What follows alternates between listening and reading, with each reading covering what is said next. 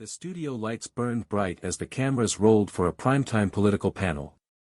Sarah Palin, known for her sharp tongue, leaned forward in her chair, flashing a grin as she launched a jab directly at Jasmine Crockett.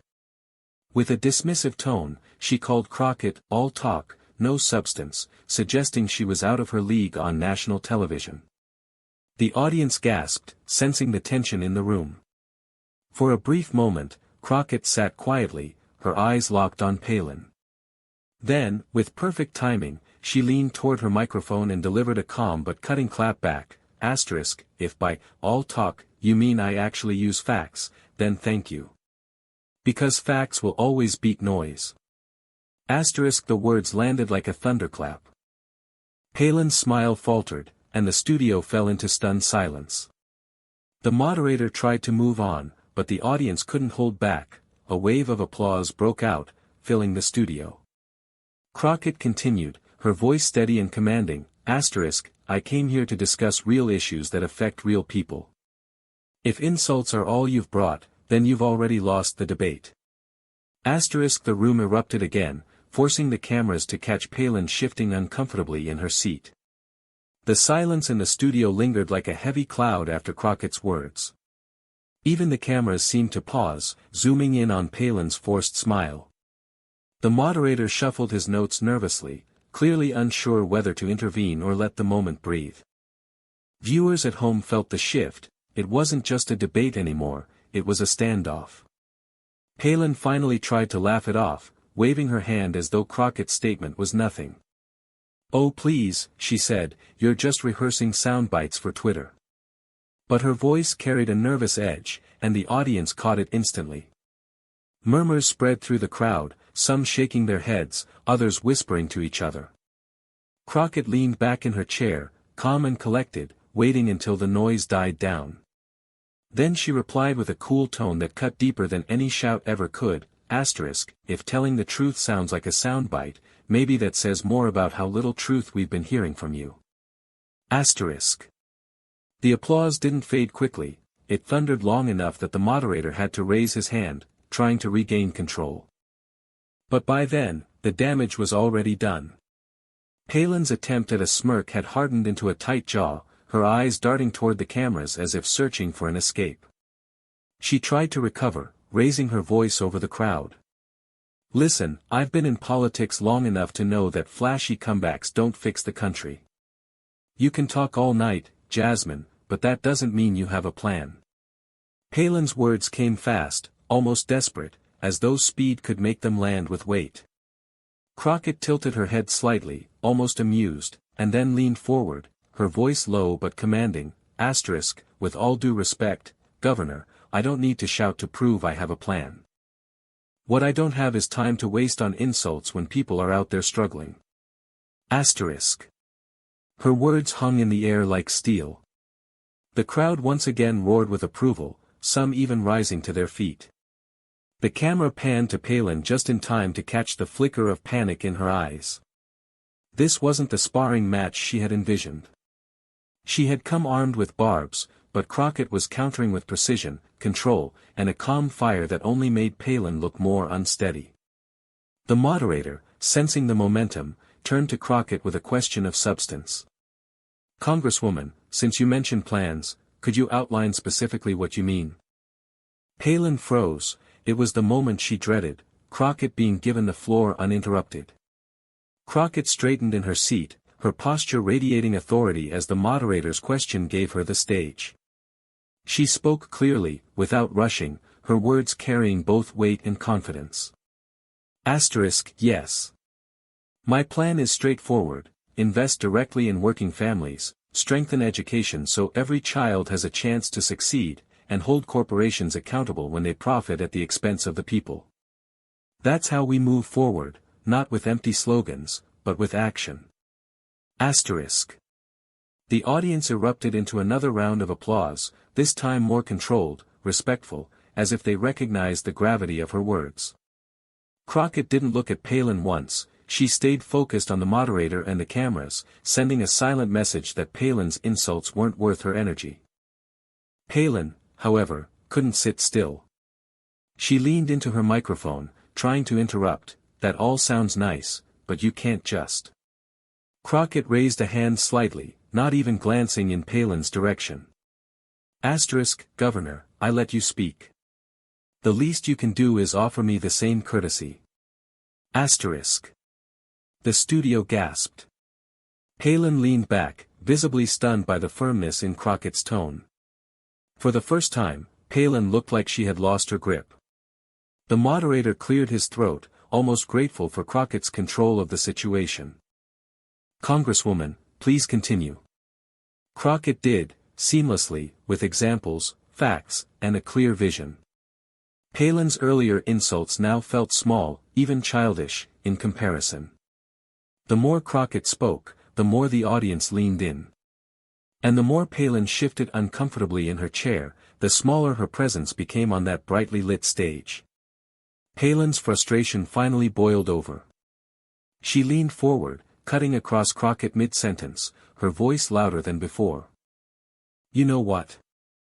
This is exactly the problem. You stand there with your talking points, pretending you've got all the answers, when in reality, you're just another politician reading off a script." The interruption drew a mix of gasps and groans from the audience. Some booed softly, clearly annoyed by Palin's aggressiveness. Crockett, however, didn't flinch. She let Palin finish her outburst, her expression calm, almost amused, as though she had been waiting for this very moment. When the room quieted, Crockett leaned in toward her microphone, her voice steady but sharp enough to slice through the tension. Governor Palin, if you think facts and solutions sound like a script, then maybe it's because you've forgotten what real leadership looks like. The audience exploded, clapping and cheering so loudly that the moderator had to call for order.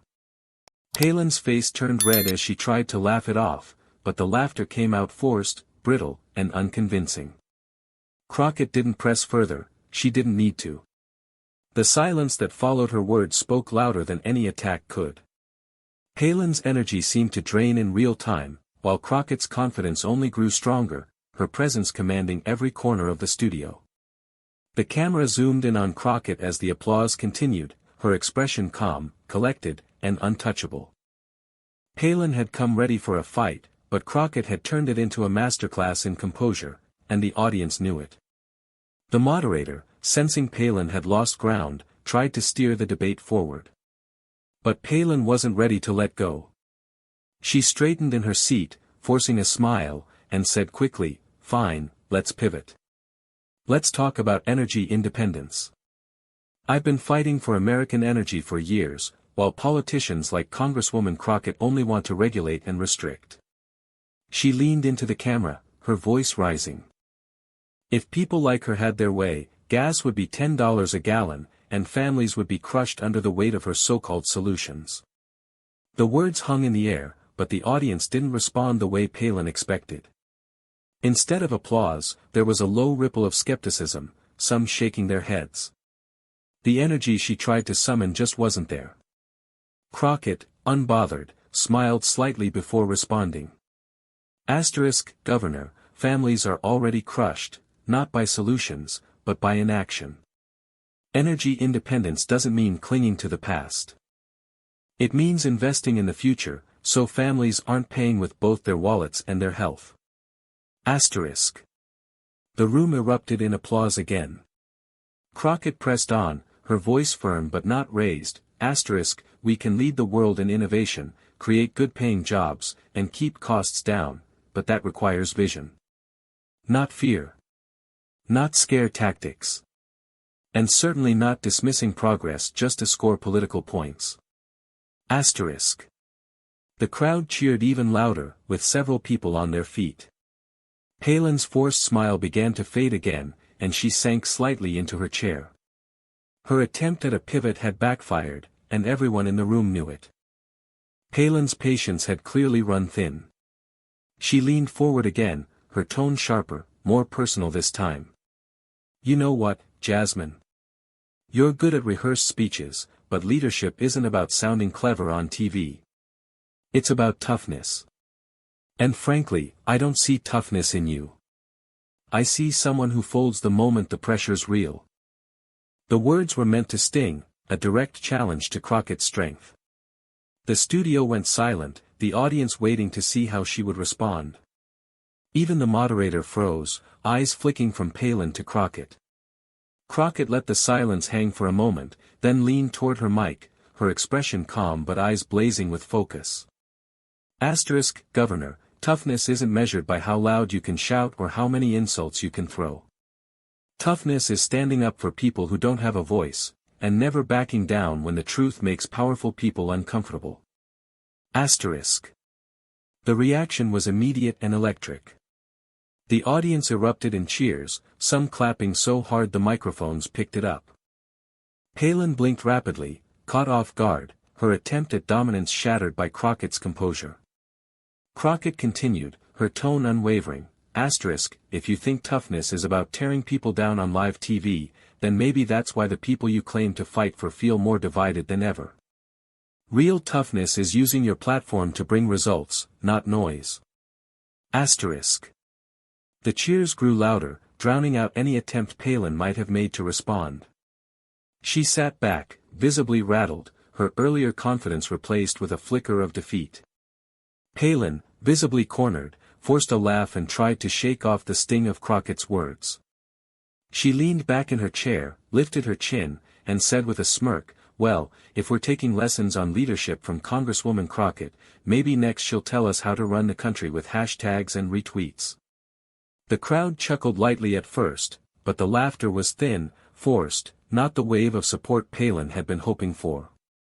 The camera caught her pressing the smile too hard, trying to mask the nerves behind her eyes. Crockett, however, didn't miss a beat. She leaned in, her voice sharp but controlled, Governor, if using my voice to reach people where they are makes you uncomfortable, maybe it's because the only thing trending about you these days are your insults. The audience howled with laughter, clapping and cheering so loudly that Palin's smirk collapsed into a grimace. She tried to wave it off, but the sound of the crowd left her visibly flustered. Crockett, still calm, added one more line that landed like a hammer, leaders don't get remembered for their hashtags, they get remembered for their results. And I'm proud to stand on mine. The room erupted again, this time with whistles and standing applause. The moderator glanced at Palin, but she looked down at her notes, clearly stung by the moment. Crockett had turned Palin's attempt at humor into the night's most humiliating punchline. Palin's cheeks flushed as the laughter from the audience refused to die down. She gripped the edge of the desk, her voice rising with a fiery edge. You can laugh all you want, but this country isn't built on clapbacks and applause lines. It's built on grit, tradition, and the kind of leadership I represent, not the kind of shallow theatrics we've been hearing tonight. The words came fast, almost frantic, her frustration bleeding through. She jabbed her finger toward Crockett, her tone sharper now. People at home don't care about your clever lines.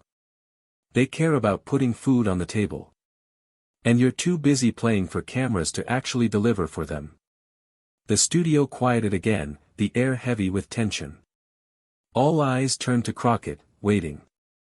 She let Palin's words linger, then leaned in slowly, her voice low but cutting with precision.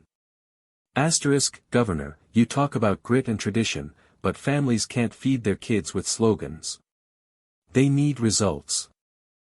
And let's be clear, it's not theatrics when someone finally has the courage to tell the truth on national television.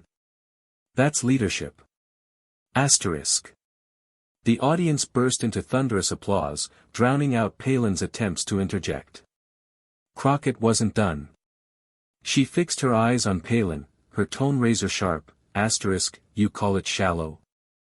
I call it accountability. And if the truth makes you uncomfortable, then maybe it's not me who's performing, maybe it's you.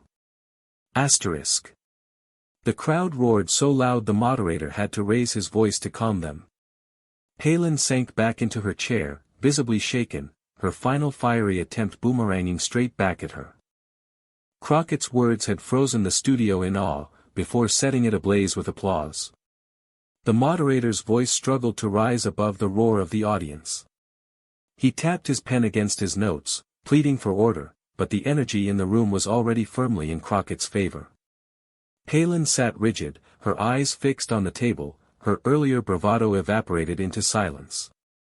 Crockett, sensing the shift, didn't rush. She let the applause ride out, her hands folded calmly in front of her. When she finally spoke, her tone was steady, deliberate, the voice of someone who had seized full command of the room. Governor Palin came here tonight to throw insults. I came here to talk about solutions. And the difference is clear, one of us wants attention, the other wants progress. The crowd erupted again, this time with standing applause that rippled across the studio like a wave. Even the moderator couldn't help but glance at Crockett with a faint smile, it was undeniable who controlled the stage now. Palin shifted uncomfortably, opening her mouth as if to respond, but the sound of the clapping drowned her out completely. Her silence wasn't voluntary anymore, it was imposed by the sheer weight of the crowd's reaction. Crockett leaned forward slightly, her voice carrying over the noise, I don't need to be louder.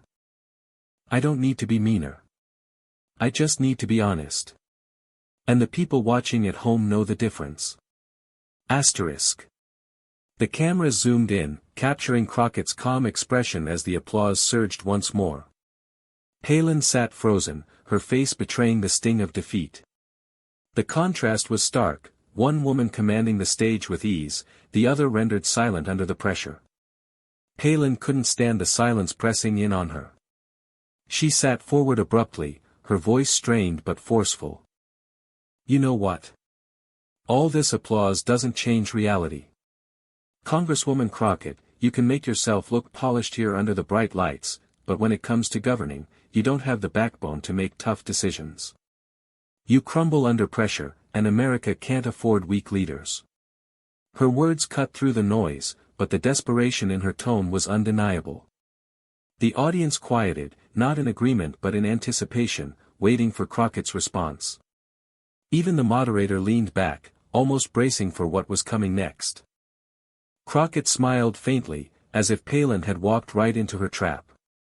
She adjusted her microphone and spoke with deliberate calm, Governor, if standing up for families, fighting for workers, and demanding accountability makes me weak in your eyes, then I'll wear that weakness proudly. Because I'd rather crumble under pressure from special interests than fold when it comes to protecting the people I serve. The